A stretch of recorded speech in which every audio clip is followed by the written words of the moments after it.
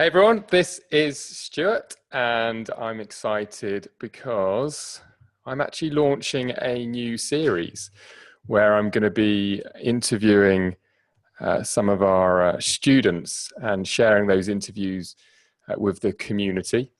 And I thought no better person to start with than Mr.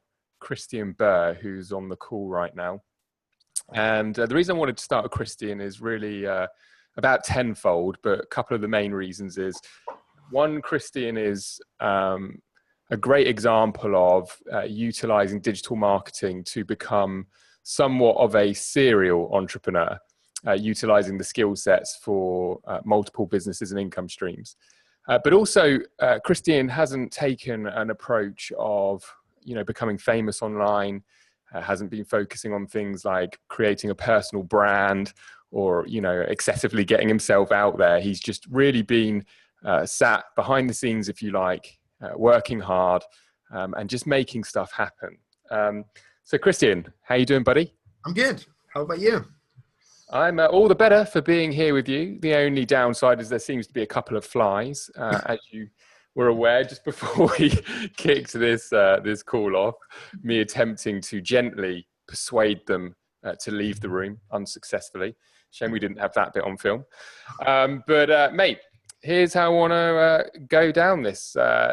Let's begin with you prior to online business, marketing, entrepreneurship in the online space, and go back to, I believe it was your DJing days. Yeah. So let's talk about that. So when did you start DJing? I started when I was 15 years old. So that was pretty early, right? But I think the first real nightclub I was playing on was when I was 16 years old or something like that. Not allowed to drink, but allowed to play. Exactly. Was it like an under 18s disco or something? Oh, no, it actually was with people over 18. It was pretty funny. But yeah, I couldn't drink. I was having a special license to actually be in the club and playing at the beginning. But they have heard me on some different places before, and it was like, come here and play. So I did. So yeah, it was fun. Yeah, and so you're in Sweden, and you're a father. How many kids? 3 kids. 3 kids and a wife. Yeah, and a beautiful wife as well. Pet? Yeah, two dogs as well. So I have 5 kids basically. Big family. So let's go down the road of the DJing. So how old were you when you got married? 21. Young. Yeah, it was, right? Yeah, I'm still yet to tick that one off. But good that you managed to find the one so early on. Yeah. So when you were DJing, let's talk about that. Was it a dream job? Yeah, actually, it was from the beginning. Mm-hmm. I love to play music, but with everything you do, when you do it a long time, you start to think about what you need to do with it. And for me, I had 2 different roads, actually. And one was to start to produce music, to do something really big with it, or otherwise just quit. Because, just standing, playing in different nightclubs like a youth box was not my thing, right? So, but then, I got kids and everything. When you wake up in the morning, sorry, not in the morning, but you wake up 1 o'clock in the afternoon with your kid hitting you in the head because you haven't woken up yet. So obviously it didn't work out with the family.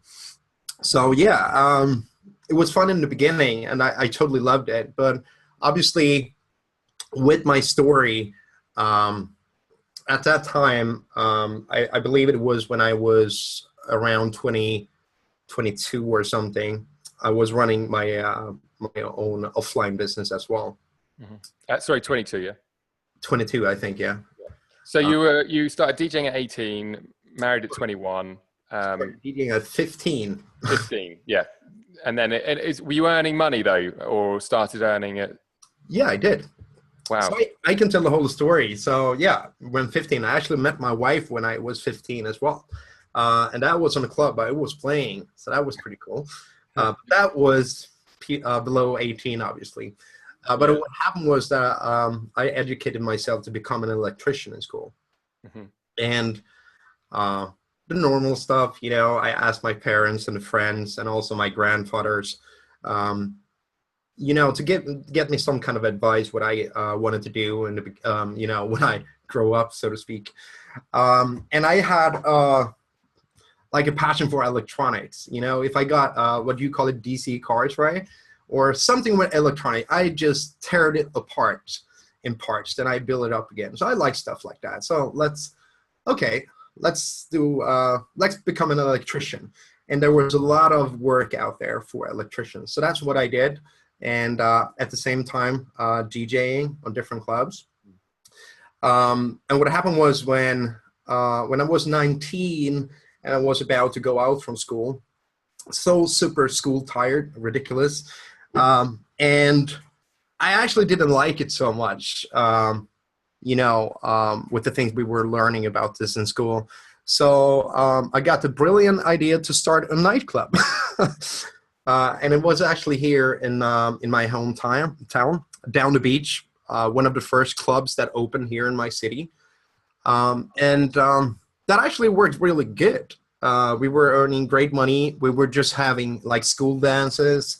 One time per month, we had a club for people over 18 that actually can drink alcohol. And yeah, living the good life, actually. Nice clothes, nice cars. Everything was perfect, basically, for a 19-year-old guy. Like the dream life, so to speak. Yeah. And then one day, the guy that owns the building, what do you call that? A landlord, or exactly. Yeah. He decided he was gonna rebuild the whole real estate to a hotel instead. So they decided that they're gonna increase the rent so much, so they basically just can kick us out, and that's what they did. So I ended up with a lot of debt from that. I think it was around $60,000 or something like that. And I had this business with two friends. One of them basically ran and didn't pay his share, so I needed to pay for two of us, basically. And back to basics. Yeah. Started so to. You went back to sort of being the electrician and the nightclub DJ. Yeah, at this point, I was DJing. At the same time, I had my own club. I was DJing on different clubs as well. But yeah, when this stopped here, I started to work as an electrician just to pay my bills, but also my debt off. And I think I worked as an electrician for 3 years or something like that. And when the debt was almost paid off, I was like, oh, I can't stand this, because I really hated to be an electrician. I mean, you don't know what that is, but you know, when it's winter and you're gonna connect like lights on the outside in the city when it's -degrees, right? And neck up here when you're doing stuff like that. So yeah, crazy stuff. So I didn't have so much passion for it. So I decided, let's start a new business again. And then I actually bought two tanning saloons, you know, the ones with fake sun. Yeah. Yep. And it looks like you use them, actually. Oh, I haven't used it for a while now. It's just good weather here in Sweden. Yeah. True. Maybe not a business that goes very well in the summer, but it actually was in two different cities, so there was employees as well. And so when you just said something there that I do want to touch on. Yep. So there's a couple of things that I've picked up on. Yep. One is, as every entrepreneur will typically experience at some point in their career, you had something that probably you weren't expecting, and that was completely out of your control, that affected the business, which was the landlord taking away or removing your opportunity for using the premises. Then you said, obviously, starting this tanning salon, you said about it being seasonal. Again, something that's very out of your control. Jay often talks about how one of the hardest things about being a farmer is the seasons, and how you really can't guarantee certain weather cycles, and some years can be significantly better than others. But it used to give him a lot of stress or levels of anxiety, because you know, sometimes they'd be expecting a great harvest, and you know, naturally things don't go as necessarily they were hoping. I remember him saying one year there was just floods and floods and floods, just so much rain that they were unable to, grow the crops. And he sort of said, moving into his first job, which was working at Midas, exhaust systems and that kind of thing, that he was just looking for something that was not going to be seasonal and that was not going to go out of his control. So for you, when you started the tanning salon, were you prepared to go into a business that's most likely going to be seasonal? Well, if you look at, I'm so sorry about that. I actually turned it off before. Hold on. No worries, dude. I gotta take it in flight mode instead. It's better. Otherwise, they're just gonna keep doing it. Sorry, take the question again. So you went into the tanning salon business, and I assume you kind of gathered it might be a seasonal business. People are more likely to use it in the months where there isn't sun outside. I don't know if that is the case. I'm only assuming. Yeah. That it was seasonal. So how's that been? I mean, you still have that business, don't you? Yeah, at that point, I actually thought it was a good thing because we had employees and we were working there as well. Mm-hmm. So obviously in the summer, you want to hang out with the family, the kids are home from school. So that's actually a good thing. But, back then I still had the thinking of vacation in the summer, right? 5 weeks together with my wife, together with when the kids are home from school. But obviously I still have the business today, but it's totally different. It's a drop in. Mm-hmm. I don't work there anymore. We can talk about that if we can take it structural, because I can tell what happened with the tanning salon as well. But sure, no, definitely interested to go down that. Yeah. Let's go a bit further ahead, though. What point was it that you decided you wanted to do something online? That's actually good you asked that question. Actually, it was after 6 years of doing the tanning salon business. I think I was working about around 4 hours a day or something like that on average. We had employees and everything. Everything was going good, and even in the summer. Otherwise, the revenue from the rest of the year could hold the summer as well. But then something happened, and the government went out with tons of cancer warnings for tanning beds, and back then, the Swedish people really listened to the government, and so we lost about 60% of our revenue in a week. Mm-hmm. And it basically kept doing that the same way for 6 months or something like that. So we gathered a lot of debt. We needed to let go the employees back again to working 12 to 14 hours a day because we were open from 9 to 9. So I remember one day, and this is exactly what happened. It was a Thursday. I came home at 9 o'clock in the evening, I think it was, and I see my wife's car is there, walk in, and I say, hi, and nobody is answering. Nobody. And, I looked around, and I can see the kids' shoes and clothes, and my wife's as well, and I can hear the TV. So they are home, right? So I walk through the house, and in front of the TV, everyone is like, hello, I'm home. And the kids is like, Daddy, hi, Daddy. Back to TV, and my wife, hi, Christian. That's the first time she called me Christian. Otherwise, it's darling or something else. I'm sure she's called you Christian a few times now since then, though. Yeah, sometimes. But, in that moment, I started to understand because, I was, some days for 4 or 5 days in a row, I was not even coming home just because I was sleeping over at that place instead of commuting, because obviously it was a money issue as well, right? Yeah. So I was not home that much. So this was coming from me. But at that moment, I understand that the kids and my wife didn't know me anymore, and I was about to lose my family. And keep in mind, I was DJing 3 times a week on top of working 12 to 14 hours per day, right? Not per week, per day. So it was a crazy zone. So straight to the bathroom, crying like a maniac, and basically started to ask myself some questions. And I was told to work really hard to get where I wanted, especially as a business owner. But come on, it's ridiculous. This was the second time. It felt like it was a curse on you. Like, you failed the first time, now the second time. And at that moment, I just decided that I need to fix this and I need to work less. I basically just decided to search for passive income, how to create a passive income. And then I actually came in contact with you guys. Mm-hmm. And back then was Jay Cubesec, right? Mm-hmm. And I always call him this bald guy without hair. But yeah, he. And so, sorry, wait, this is what, 2010, is it? 10, yeah. 10, yeah. So again, just going back to a couple of points, you know, nightclub taken away, going into seasonal business, government making an announcement towards, you know, the health aspect of the tanning salon, immediately within a week, loss of income, laying off staff, meaning that you've got to do all the extra work, cover the times, topping up your income with the DJ. So you're out at night, walking in, family kind of not knowing whether you're going to even be around or not.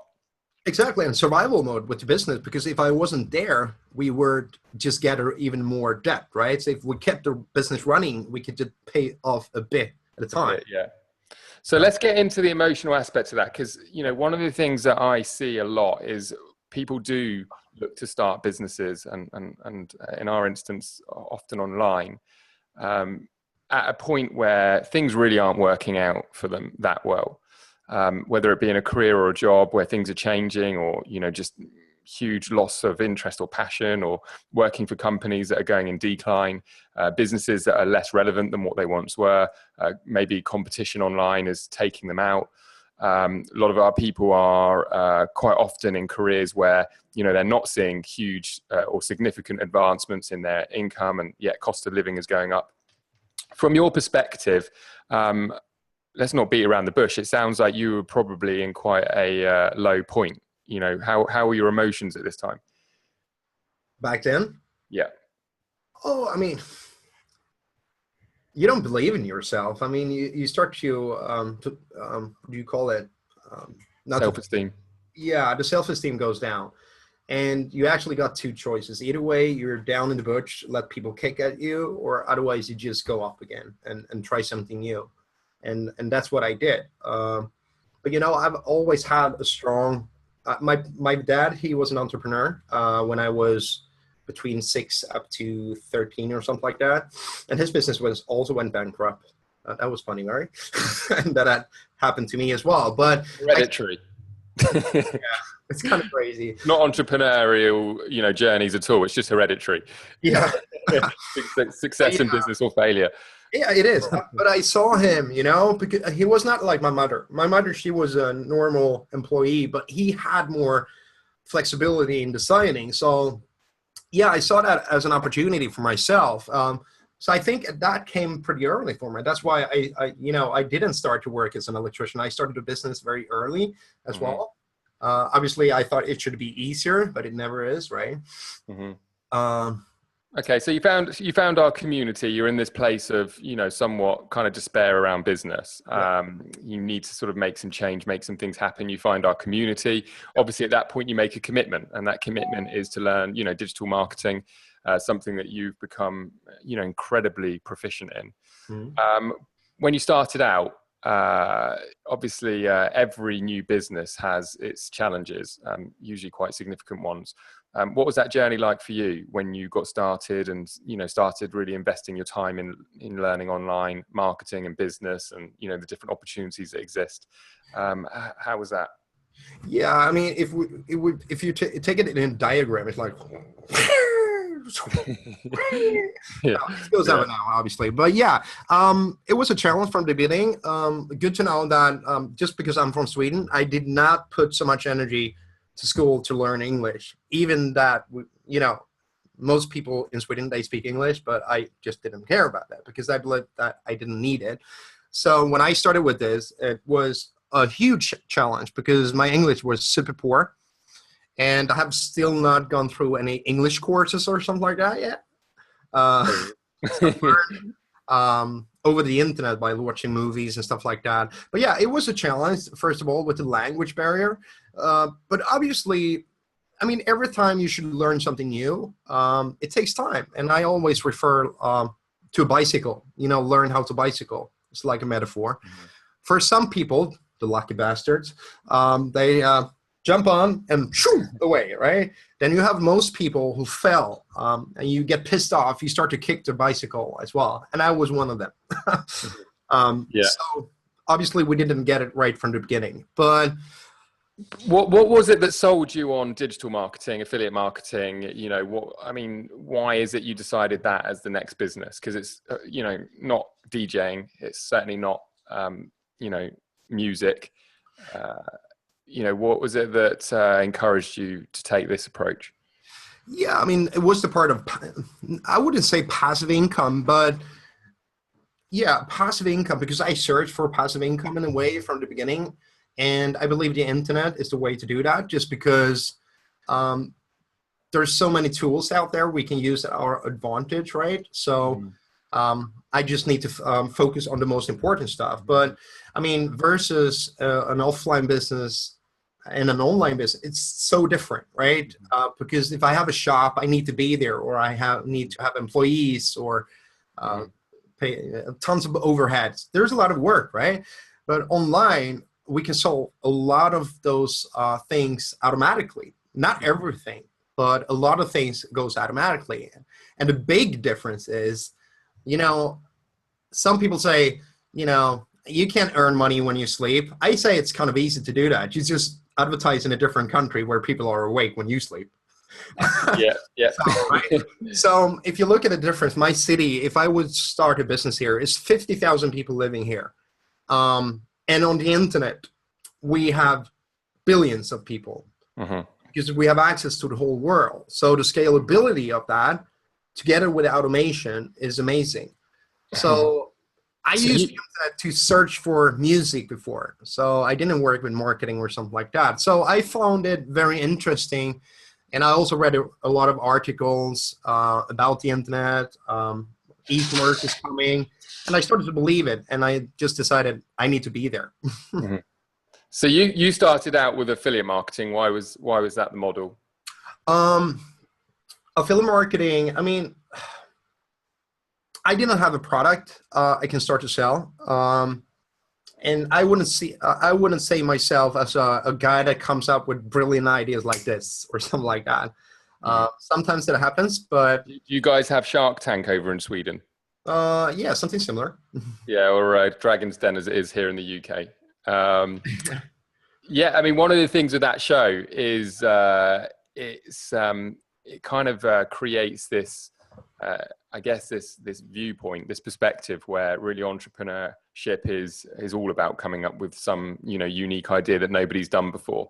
I mean, you just watch that show. If anybody goes on there with a product that's even remotely close to something that exists, they show often absolutely no interest. But as there's probably more opportunity and possibilities online doing businesses and products and services that already do exist, but just doing it in a different way or the right way.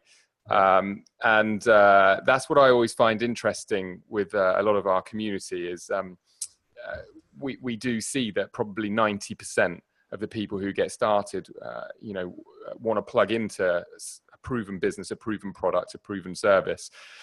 So for you decided on the business model of affiliate marketing. And how long did it take you to make your first commission selling somebody else's product? I think it was about 3 weeks or something like that. Oh, not too bad then. It was pretty good. About 3 weeks.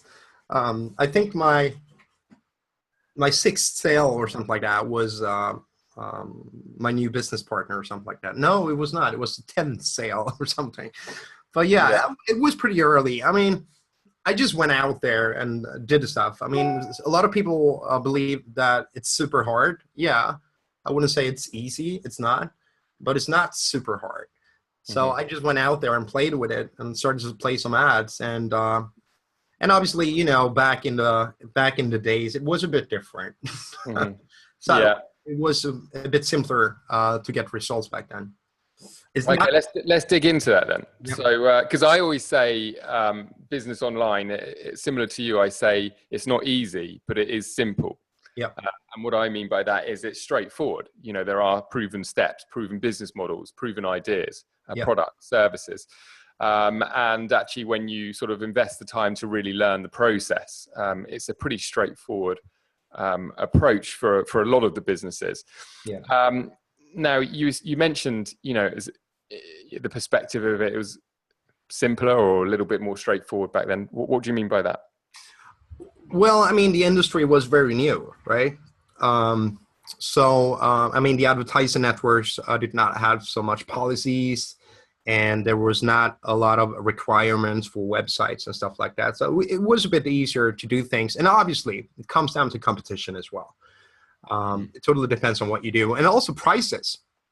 I mean, when Google started and also Facebook, it was super cheap, right? But the more they grow, and it's the same with our business, the older you get, the better product you get, you increase your price, right? And that's exactly what they do. So you got. I find it interesting, that perspective, because I see it differently. Like, I think there's more opportunity, and it's actually simpler than it ever has been, because you know, traffic, business models are into the, you know, thousands of options. You know, there's so many different ways you can generate leads and traffic, so many different business models and products and services. Plus, the other perspective I have on it is there's so much more trust online. You know, I started before you over a decade ago. And, you know, one of the things that I sort of always reflect on is the trust of people getting their credit cards out and buying online was so much lower then. Now it's just every day people have got their cards. I mean, I've always got one next to me, but you know, it's just so normal to, you know, put your credit card in and buy stuff online. But it's interesting that perspective is, because I can imagine a lot of people share that, you know, and I guess it depends on what way you're looking at it.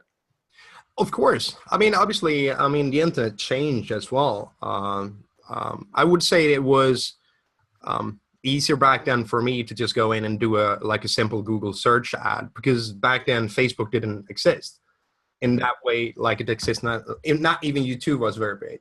So that was the option we had back then. But today it's so much more options out there, and there's a bit more noise. But that also comes down to become a better marketer. Yeah. So let's talk about some of the products that you've sold as an affiliate. You know, you got the skill set of digital marketing. You followed the program, made your first commission within a few weeks, which is fantastic. Yeah. Progressing on from there, in that sort of first couple of years, what sort of products and services have you sold using online marketing? Obviously, I've been an affiliate for you guys and various different digital marketing companies out there, both into education, but also we've been into physical, like selling things on Amazon, but through the affiliate business model instead. So with the education side of products, you know, selling, you said education, obviously you've been a phenomenal affiliate for us. I mean, literally you've sold millions of dollars worth of courses and curriculums, events and seminars for us. What is it that attracts you to promoting educational products and services? I mean, me and my business partner, we actually had a discussion about this yesterday. I mean, there was somebody who asked me, actually, why don't you start your own marketing agency? Well, we have thought about that for 2 years. And I was like, I don't know, I don't want employees. But at the same time, just because I started where I was back in 2010, I want to help people that are or are in the same position that I was back then. And that's what we are doing right now, because the people that come in here, and keep that in mind, I say people, not users, internet users, is that they are lost in society today. They work too much in the same way I was doing. And like you said, they believe, after watching Shark Tank or something like that, believe that you need to create a new Apple computer or whatever. So they don't think there's a lot of options for them out there. And I just believe digital marketing, affiliate marketing, or e-commerce is a very good way to getting started online, but still work on your job or your existing business, because the best way is always to always have an income at the same time you're building your business, right? Because you have some kind of security, especially if you have kids like I had. You need to get the money in, otherwise you don't have a roof over your head, right? So with the fact that you've sold, software products, physical products, and educational products, is it fair to say for you that you've enjoyed selling non-physical, tangible products more, or is it something that you like, diversity? How do you feel about the type of products that you've promoted and sold? So, I would say like this. I mean, a physical product, obviously you have customers, but it's more about the product itself. With digital marketing, education, you work more straight to people. Instead of just consumers, they buying a product, then it's done, right? But our first physical product was a baby, what do you call it, changing pad? And it looks more, it's not this one, but it looks more like a computer bag. And, it sold very, very good. We had bandana bibs, if the kids drools or stuff like that. Yeah. And then a year after, I talked to Martin. Hey, Martin, do you like researching baby products? And he's like, fuck no. Oh, sorry about my French. You're good. This is for adults. Yeah. But no, he didn't like that but back then when he launched the product, his kid was small, right? Mm-hmm. So, and that product was a thing that they didn't have, and we started to sell that. But now afterwards, we actually started with electronics instead. And that's where me and Martin is coming from. We have a passion for that. Yeah. I'm a guy that has a lot of electronics. And Martin, he's a maniac. If you go to his house, it's like a fucking robot. Mm-hmm. So on that, let's shift forward onto that. And again, to just summarize. So you found our community, you got started with learning online marketing, you applied that to affiliate marketing. Yep. If you don't mind saying, what sort of money have you and Martin made doing affiliate marketing alone, sort of just as an isolated business model? I would say around $4 million. So not too bad. No. So affiliate marketing has definitely served you well. I'm sure it will continue to do so. Shifting into this next sort of spell, because I know you've done consulting and you've sold your insights around digital marketing to other small businesses and consultants and that kind of thing. Yeah. But before we get into that, the physical product stuff. So you went into the baby mats. I know you came out to China with us. In fact, we had a good time looking at some electronics with, the headphones and Bluetooth speakers and that kind of stuff. Yeah. What sort of amount of time are you putting into the physical products business now that you've got sort of the knowledge of the business model, the digital marketing skill sets? I mean, what sort of time is invested into getting that business up and running? So for me and my business partner, we actually separate those kind of works. So I do most of our affiliate marketing and he do the e-commerce side of it. It totally depends, right? Together with you guys now, I mean, we have an agent down in China. Our first product, we needed to contact the factory ourselves. We needed to fix everything ourselves, basically. And now we have an agent. We just tell them, here's the product we want. And they look for it and they fix everything. So the time went down now. So I would say about 5 hours a week or something like that with that now. And obviously when you launch a product, I come in as a digital marketer and punch up it. So something happens when it's there actually, but it's not very much time. It's not. And so do you guys sell all your physical products on Amazon? Yep. That's awesome. So what attracted you to the Amazon FBA, the Fulfillment by Amazon business model? Because it sounds like, you're both family guys. I know Martin's got kids as well. And I know you like to spend a lot of time with the family. I'm interested to ask you, you've got your affiliate marketing, you do consulting, you do your physical products business, you're marketing your tallying salon online as well. What sort of, now I know that you've got the established skill sets, you know what you're doing. What is the average week like? What sort of amount of time do you have for family, business? How's that look? I actually wrote an article about that yesterday. So on average right now, I work somewhere between 12 to 20 hours a week. Wow. I mean, the past 3 weeks, I would say 5. Yeah. Just because the weather have been so amazing here, but I have the opportunity to do like that. But I wouldn't say that I work more than 20 hours a week. Mm-hmm. And so the rest of the time, I mean, how have things changed with family, going from DJing and being in the salon physically, spending time there, to, working from home, having these business ventures and a lot more time? How's things on that front? I mean, it's so different. I mean, obviously a relationship, it's so much better when you spend time with your spouse, obviously. But one thing that is a lot very good is with your kids as well. I mean, you see a lot of kids out there getting trouble because of the parents not seeing, because they are so stressed and work too much that they don't see problems. So I've noticed something is that when you're home a lot, you notice things. And I wouldn't say that you have more control, because you don't have as a parent. But how old are your kids? I have no idea. I was expecting that from you. No, it's 8, 10, and 13. 8, 10, and 13. Okay.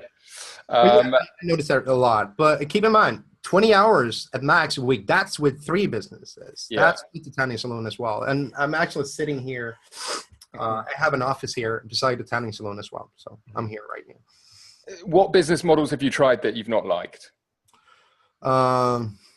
Can I say like being an employee of it as well?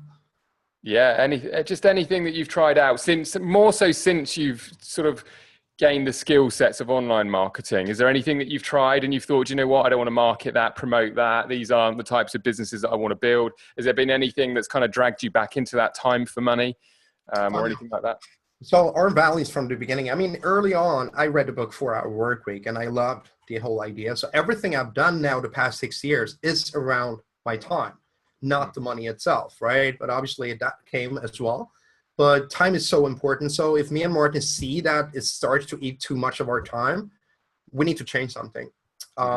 So obviously we have found different business models out there, but when we go in and look at them, we see, okay, this is going to take a lot of time as well.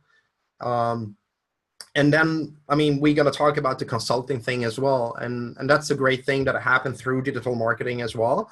But yeah, we have thought about that for 2 years. But we also know if you get customers in, you need to spend a lot of time with them, right? What with the consulting clients that you have had implementing sort of digital marketing and, you're sort of more of the technical things that you've helped businesses set up. How have those relationships worked? Has it been like one fee, and then you're implementing projects for them on a client by client basis? I mean, what is it that you've done with the consulting? Yeah, so in the past we decided that no, we are not going to work with them specifically, like running ads or something like that for a company, like doing social media. Instead, we did like small things like building website. Creating a strategy for them so they can do it themselves. Mm-hmm. That's tying it back to like helping them become self-reliant, self-sufficient. Yeah. Rather than sort of a done for you service. Exactly. But at the same time, you also notice that business owners, and this is actually a good and bad thing. Business owners always want to do everything themselves. But they don't have time to do everything themselves. And what happens is a lot of important things actually ran out of time for them. So they believe they know best as well. So a business owner, I would say that business owner is the worst people to work with, but at the same time, the best people to work with as well. Mm-hmm. But what I'm going to come to is when we have done affiliate marketing, we have got so much traction on platforms like Facebook and YouTube. So now we have huge companies contacting us. I mean, a company that I contacted us right now, the revenue is billions per year. Mm-hmm. And a company like that, you think that they have figured shit out, right? Or they have like a huge company from the big city running their ads and doing their marketing. No. I mean, when you go in for me as a marketer who have been a very analytics guy, Mm-hmm. it's like shit. Big companies like ripping off big companies as well. And maybe that makes sense. I don't know, but Well, you know, one thing that you say that is interesting is, you know, a lot of people do think that these big companies have the talent in-house, but the reality is there's a world that's emerging now, which is this sort of intrapreneurial approach that businesses are taking, where actually they would rather bring in outside talent, consultants, individuals who have actually got proven track record of digital marketing and growth and running business, rather than, you know, recruiting someone in-house that's maybe come out of university or school and studied the theory of digital marketing or marketing. And, you know, that's one of the things that I see a lot of the business meetings that I'm at, is that these businesses are losing a lot of faith and confidence in this in-house approach, where they're taking on, you know, maybe a social media manager that's just come out of university, when they would actually far rather take on a consultant or an agency or a firm that is actually sort of in the trenches, walking the walk, as they say, and actually utilizing the skill sets for their own businesses and for clients, etc. All right, so what I want to move to now is some tangible insight for people who are, you know, really thinking about making this transition, maybe from a traditional career or job or business into this online space. You've obviously done that and been highly successful for a number of years now. What advice would you give to individuals who are entertaining this idea of starting an online business, but, you know, like you, have no sort of experience of doing anything online? Yeah, so the first of all, and, you know, I always touch on this, and the first one is, it's always going to be patience. If you go into any business today with no patience, it's not going to work out, right? So patience is going to be one of the best things you can have, because the results never comes. Give me an example of what not being patient would look like. Trying something for a week or maybe 3 months. Yeah. You know, and what would be an example of patience?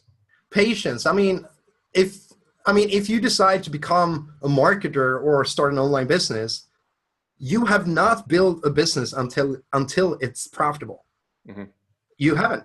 Obviously, there's one thing you can do. You can choose the wrong product to sell that nobody wants. That's one thing. But if you build a business, you have built a business when it's profitable. Mm-hmm. If you stop before that, you give up, right? So a lot of people I've seen over the years, I mean, I've been here for many years, but I've seen big guys disappear over the years at the same time. And this small Swedish guy is still here. But it comes to learn something and actually become really good at it, and master that. And over time, the better you get, the more results you're going to get. So if somebody, let's say, is in a career, they're working, say, 60 hours a week, and they want to start their first online business, and they say, do you know what, I think that I can be patient. I want this enough. What would you say is as important as patience? Because I think, you know, a lot of people, we live in a world today of instant gratification. You know, we're getting more and more used to you know, instant gratification. I mean, now you can order on Amazon Prime now, here anyway, in the UK, and you're getting your products delivered within an hour or two. Every product that I ever look at purchasing, that's the first place I look. And then I'm debating, do I drive down to the store, or do I, you know, get it on the app? And if they've got it, nearly 9 times out of 10, I'll just have it delivered within 2 hours. I don't even want to wait till tomorrow now. You know, this is becoming more and more of society. I think there's a degree of unhealthiness to this sort of way of thinking. But somebody comes into this business and it's online. you know, a lot of people see these advertisements and promises of, you know, making money online and, you know, extreme levels of, you know, income claims within short spaces of time. So we've established patience is important. What about distraction? You know, because if there is one thing that I've sort of seen consistently as a commonality between our students who have got results is that they're really good at knuckling down and staying focused. How was your focus starting out? I mean, did you avoid distractions? Did you eliminate? Yeah, I mean, I've always been a guy, when I do something, it's the same with alcohol, actually. But And smoking. yeah. I actually stopped smoking, by the way. I know. Yeah, that's good. Proud of you, brother. Yeah. But it comes down, I mean, it actually comes down to consistency. Mm-hmm. It does. So let's explore that. So because the way I see it is people get online. It doesn't matter what they're doing. Yeah. There's this constant website after website, platform after platform fighting for your attention. Doesn't matter whether people are checking their phones while they're on the toilet or we're in between meetings or, you know, waiting at train stations. I mean, we live in a world where people are, you know, constantly looking for the next laugh, the next bit of entertainment, the next interaction. I want to know, how have you stayed focused and not allowed so many of the distractions that hold so many people back get in your way? Do you have a system for it? Are you naturally focused? I'm naturally focused, actually. So if I decide to do something, I just do it. And obviously, but I wouldn't say I'm a fast learner or something like that. You need time to learn. But just because I have the patience I was talking about before, I just do it. And if I fail, I just do it differently the next time and try to learn from the things. And obviously that comes from my business that went bankrupt as well. I've learned to learn from my mistakes, right? So it's not going to happen again. But no, not really a good system for it. But obviously, beside reading a book in the morning when I wake up, try to have some lonely time for myself. But otherwise than that, my life is organized chaos, as I like to call it. So, you know, if somebody comes into my office and see everything, when my wife comes in here, she's like, I'm not going to touch that office. You know, Yeah. if she touched it, I'm not going to find anything. So related to patience and focus, big family, work from home. I know you've got your office as well where you head out to. How is building a home-based business been with, you know, kids around, school runs? You know, do you have rules in the family? Is it like dad's going into the home office, leave me alone, or how does that work? Yeah, the thing is, I have no office at home at all, actually. When our biggest daughter got big, she wanted her own room, so she took my office. So right. I basically decided that I go to this office a few hours. Okay. So you're not at home now. You're in your office. Yep. And what's that? Is that a commute? How far is that from the house? Oh, it takes me 8 minutes. And what sort of time do you tend to head in? Difference. I mean, sometimes 7 o'clock in the morning. Most, I would say, I go at 8 because the kids go to school at 8. Then I come back at somewhere between 11 or something like that. And what about coffee shops and other environments? Do you work there, or do you? Yeah. Yeah, I would be crazy if I was sitting in here. I haven't been here for about 10 days now. But I like to be in a coffee shop, and it's actually 1 minute from my office, and I sit there and buy coffee instead and just sit there and work. I have my own coffee machine here, but it's just about atmosphere. Sometimes down at the beach hotel, because I find myself to create something good, I cannot be here when it's just white walls. I need some kind of atmosphere, a different environment, basically. So I try to be on different places. In some cases, I actually go to different SFM members in different cities, and we work together. Mm-hmm. Let's actually go down that road. You know, a lot of people are flogging the next great course. And as you know, I'm not a huge believer of courses as a standalone offering, as being really anywhere near powerful enough to help people create change in their lives. And, you know, for me, community is probably more important than even the quality of the course. Of course, they go hand in hand, but let's go down that. You know, you met your business partner through our community. Yep. How's the community impacted your life? I mean, I would say there's always somebody who have been there longer than you have. And I think it doesn't matter what company.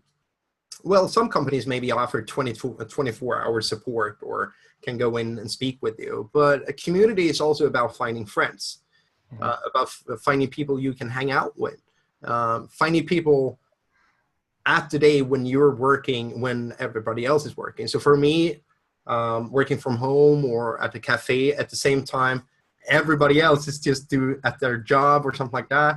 Nobody is around me, right? Because I don't know anyone in my city really doing some kind of online business. So I have nobody to speak with here. So, I mean, should I go to my neighbor and ask for advice? No, he's a construction worker. So community have been, I would say, number one, friends. People around me, friends is very important for me. Also people I can trust with. But also gather new relationships to start new things in the future. And my business partner was one thing of that, right? Also inside of the community, we have formed different partnerships and different things, right? So yeah, it's fun. I love the community. You always make an effort to get to our events, the seminars. Why is that? Even though you've got your business, it's successful, it's up and running, you still, you know, consistently get to our events. Why? So first of all, friends. I mean, I just love. I don't even need to go to your event if that's the thing. But I mean, just meet new people. Obviously, you meet customers, people I've brought into the community. But just hang out with people.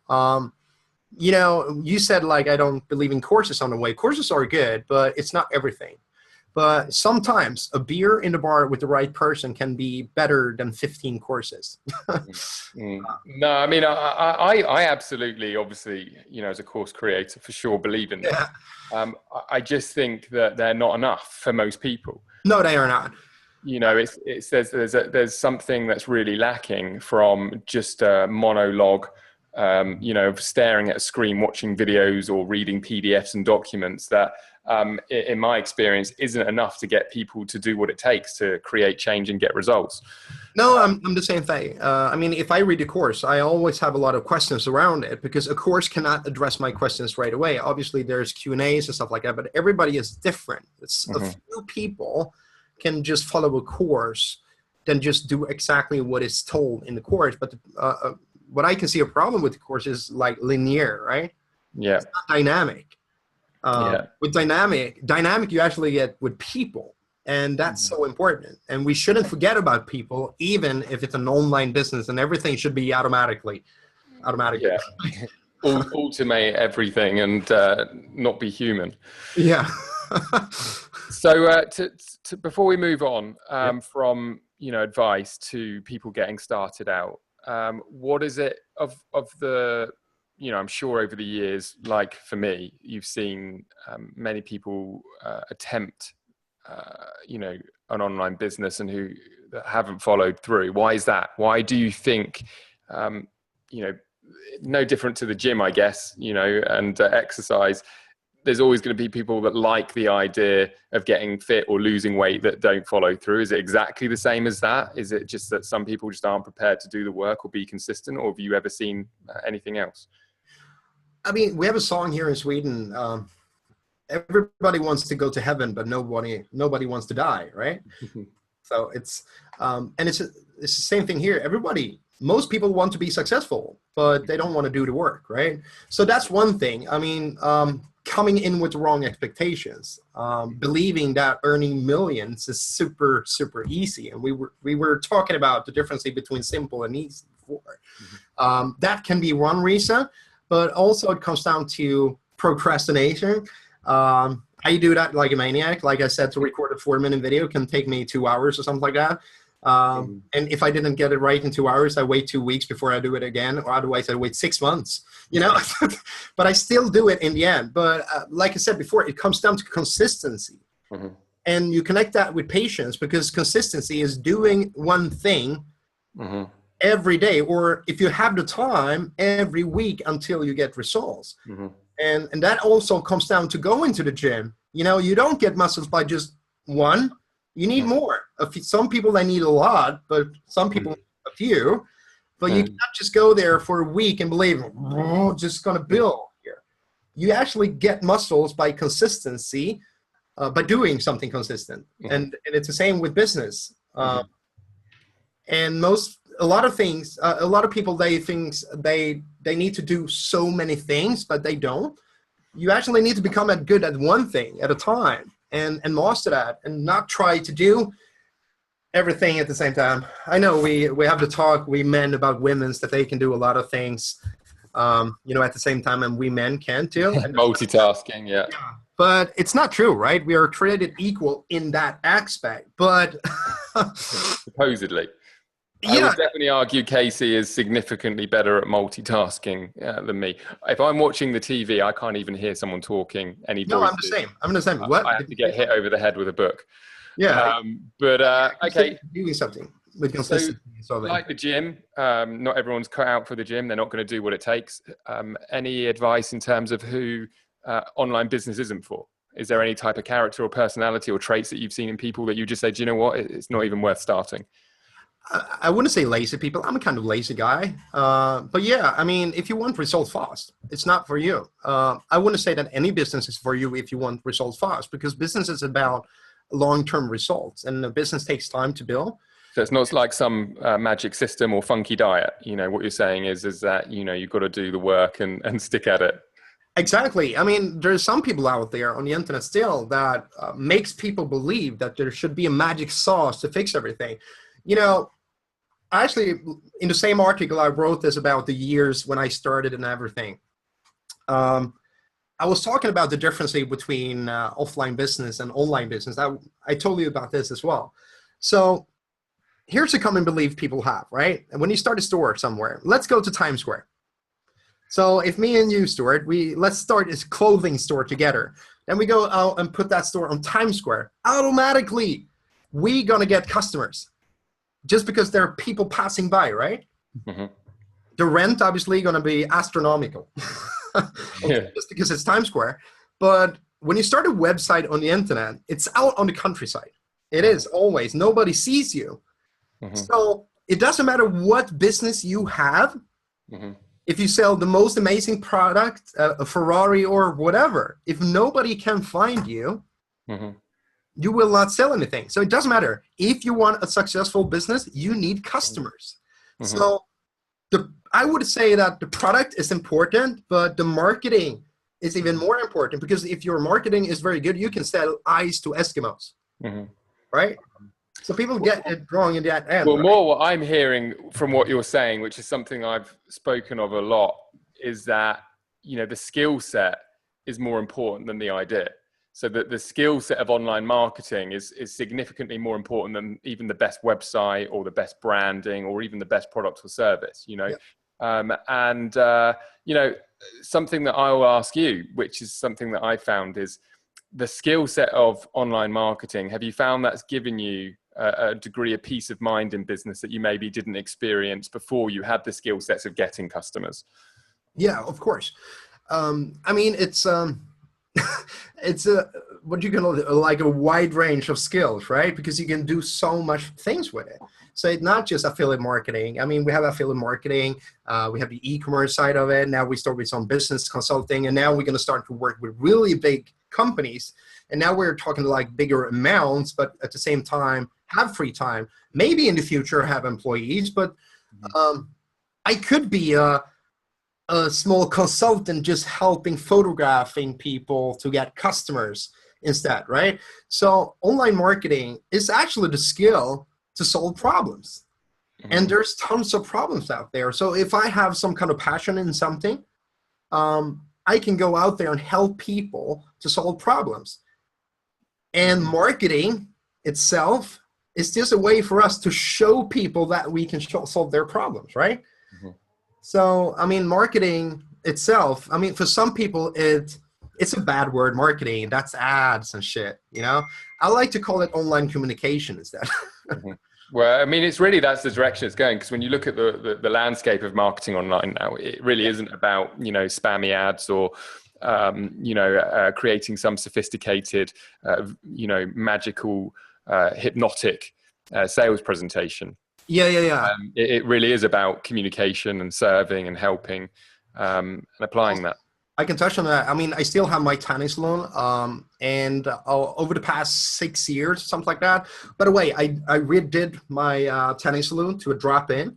So I go here, 10 minutes, just go around, see everything is working. We have a girl who cleans it, but the customer can just go in, 10 with the phone, not with the phone, but they can pay with the phone and everything. So it doesn't take so much time.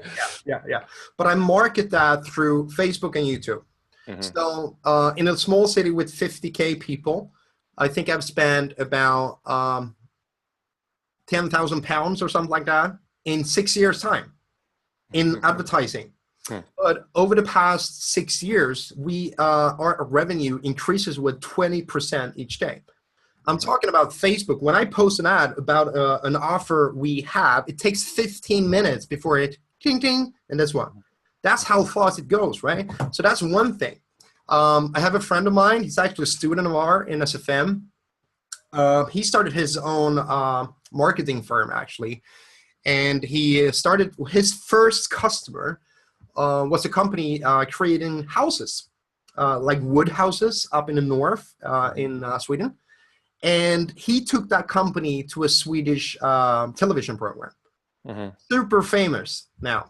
And sells like a maniac, and he have actually a hard time to keep up with their speed now. That was his first customer he helped, and he got them to television. So there's a lot of things you actually can do with marketing, but obviously the landscape of this is changing as well. So what we see now with advertising platforms out there, they're getting smart. So it actually comes down to us doing less work with boring advertising, right? And focus more on the creative side of things instead. Mm-hmm. And that's actually amazing. Mm-hmm. That's what I think. Mm-hmm. All right. So we're going to wrap this up. But before we do, let's go with two business models that you think are wise business models for people to start with, bearing in mind, the skill set of online marketing, selling online. What two business models would you happily recommend to your own family? First of all, affiliate marketing. Second, affiliate marketing is if you have a job or you have a business and you want to find something else, you have so limited of time you can spend doing something. And we talked about this before. To create your own product, it takes a lot of time, a lot of energy, and you don't know how the water feels like out there. So you need to test before you even know if it's going to work. So affiliate marketing is more like a franchise. An affiliate company can actually tell you, here's the kind of audiences that we see works with us. So you can start with that and maybe branch out in the future, but you get websites you can start to use. So you don't need to create so much in the beginning. So you can focus more on learning new skill sets, but at the same time learning. Also, the second thing is the e-commerce side, and I strongly believe it's more like a personal thing as well. I am the social guy. Sometimes I can be an introvert as well, but I love to speak with people and hang out with people. So I want that. What do you mean? Define what you mean by e-commerce. So e-commerce is selling physical products, and that can be from Amazon. You can have your own warehouses, but we do mostly through Amazon right now. We have some kind of drop shipping we work with as well. What's physical product. What's drop shipping? So drop shipping is instead of ordering your own stock with products and put them to Amazon, instead you put products on your website. You take payment for them, then afterwards you order them from a different company, right? So that's a different model. The only difference is lower margins, right? But it's something you can start. You don't have to come up with some new idea. Exactly. You don't have to be, out in the design studio ordering products in bulk. you know, pitching on Dragon's Den. You can do it in your pajamas at home, basically.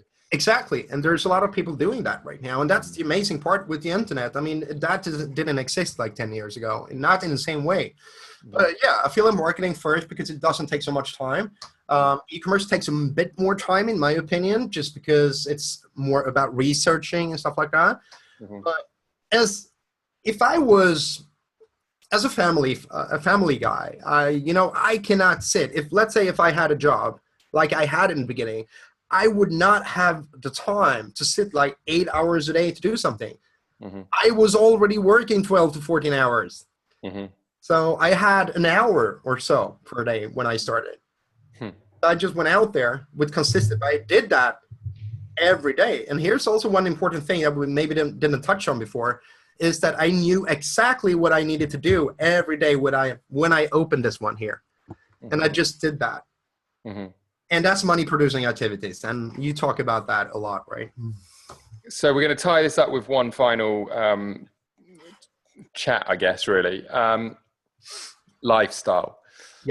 A lot of people get into online business for a lifestyle change. You know, they're fed up with public transport or commuting or missing the kids' plays or sports day, or, you know, being away from the family. Maybe working in a business or for a boss that they're not really inspired by or feeling purposeful in. You know, what's your lifestyle like today? Is it as a family, a big family, you know, your young family? What is it like? How's it improved? I mean, first of all, there's nothing more than I love more than my kids and my wife. So I want to spend as much time I can with them. We touched on this before. I mean, the relationship with my wife is amazing now because we speak so much and we communicate in a so much better way. But one other thing is that we can just travel when we like. We don't need to ask for permission for somebody else. And, you know, it's the same with the kids as well. But also, you know, follow our kids to everything they do, like activities, like sports. And my kids, they have 3 things each. So he says with an angry tone. Yeah, but it's like that's 9 activities per week. That's a lot of driving around, ferrying. Yeah, but you know, if I would quit a job like, you know, 4 o'clock or 6 o'clock, they wouldn't have the opportunity to do that. Yeah, well, I'm sorry to say this, mate. That's why some people have a job, is so that they've got the excuse not to do all the running around. Yeah, that can be. But I think it's fun. I'm glad you see it as a good thing, because I know I certainly would if I had kids. Okay, mate, I know you're off. You're actually off on a vacation tomorrow, aren't you? Yeah. We are going to take the car and drive down. The 7th one this year? Sorry? So that's about the 7th one this year, isn't it? What are you up to? Yeah, I'm going to take my family down to Turkey this time. So my wife, she's from Turkey, and we're going to take the car, and it's a Tesla electric car. How's that? How's the old Tesla going? It's good. It's good. You're not getting range anxiety at the thought of driving to Turkey in an electric car? No, I mean, it's a bit more planning in the beginning, and Turkey is obviously not a country where there's not a lot of electric cars, but there's networks out there, and I think, you know, sometimes it's actually good to go to a place with an airplane and just fly there. But like 2 years ago, we were supposed to go to Turkey, but then the military coup happened, and so our flight got canceled. And we was like, what should we do? Let's take the car and drive down to Venice. And we did. And we visited Gdansk in Poland, and we were in Vienna, Venice, and Prague, and Copenhagen on the way home. And it was so much fun because we saw so many cities. And this time we was like, let's do it again and drive down to Turkey. So we're going to be in 6 different cities in Turkey. And on the way there, we're going to go to Budapest. We're going to go to Belgrade in Serbia. We're going to go to Bulgaria as well. On the way home, we haven't decided yet because... Your family adventure. Exactly. And on that, and this is really what we are going to wrap up on. I'm interested myself. Do you treat vacation as vacation and not work, or do you tend to just work a little bit no matter how much traveling you're doing. I mean, to me, it seems like I don't really vacation these days because one, I absolutely love to work. I'm one of those sad people. But the other thing is that, you know, I treat life as really one big vacation, and I'm always traveling and doing things. And, you know, I think at times I do think maybe it would be good for me to have an old school traditional vacation where I just totally switch off. But how do you handle it? I wouldn't say I never switch off because I don't feel like it's work. But trust me, Stuart, when I've seen this beach, when we were in Dominican Republic together, when I saw that beach, I was like, yeah, okay, I've seen this now. Yeah, another beach. Yeah. So I actually love to work. I always have the computer with me. There's always something I can do. Mm-hmm. And it doesn't feel like work anymore. And I don't feel like I need to take a vacation from my business or something. Yeah, no, I'm very much the same. I mean, for me, that's the biggest lifestyle shift for me was really twofold. It was going from working for somebody else that I wasn't really inspired by or a career, to working in something that I was inspired, is in waking up and being excited to actually do the work. But then on top of that, I'm having the ability to do it from anywhere, like and I'm talking like not the beaches of the world. Yes, I've done that. But actually some of the things that I appreciate most is like my day this morning when I reached out to you to say I wanted to do this interview. You know, I'm in Starbucks and I'm just a change of atmosphere, you know, having my favorite coffee and, you know, just kicking back with a laptop and just getting stuff done and always feeling like, you know, this is how I want to be spending my time anyway. Yeah. So I totally relate to that. And I think it's very fortunate that we live in a world today where you can have so much time and geographical freedom the way that we can today.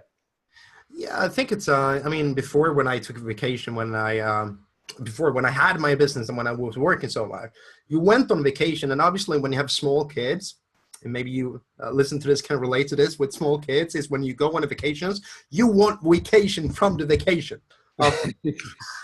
Yeah, it's no vacation because the kids, you should activate the kids and somebody is screaming at the pool. You cannot be at the beach, daddy, you know, you can never actually calm down. So I have a lot of friends when they are on vacations, they just try to throw everything in there. I have some friends, they drink so much alcohol when they're abroad. And I know we Swedish people are not very famous down in Europe on vacation because we do it everything. all or nothing. Yeah, it's but yeah, no, I don't feel like I think more it's vacation all year long because I have the choice. Some days I just don't feel about work. Some days I even go to Netflix and binge watch. Yeah, I'm sorry about that, but yeah. You're not meant to admit that. Entrepreneur, it's all about the hustle, mate. Apparently, you're not meant to be a real human being. No, you're you know, lights on, 24 hours. And, you know, we're not going to go down that approach, but I think, you know, this whole idea of hustle and, you know, don't stop and do everything it takes can be very unhealthy. You know, I found for me, nothing is more sustainable than giving myself permission to take my time, patience, take a break. You know, and I'm always so much more inspired to work after a little bit of relaxation or time out. And when I say relaxation, it could be kicking back, binge watching on Netflix for a day because I feel like it on a Thursday afternoon. I'm very much the same, and I think there's a lot to be said for rest and recuperation. But that said, mate, I'm going to let you get back and pack because I know you've got to load up the Tesla. You've got to charge the Tesla. You know, make sure it's full. And I hope you don't run out of battery, mate. If you do, don't call me because I can't help you. Yeah, I think we're going to get one of those old, you know, in the back. Yeah. What, a blower so that you can blow yourself down the road? Yeah. Good stuff, man. Enjoy your vacation. Look forward to connecting. Get back, and thanks for coming out, man. I hope some of the stuff you've shared can be insightful and inspirational. Yeah. And maybe we can do it again sometime and get into some more of the, you know, tactical side of what you do. Yeah, of course. Perfect. Cheers, buddy. Appreciate it. Yeah, thanks for having me. Cheers. Take care, man. Bye.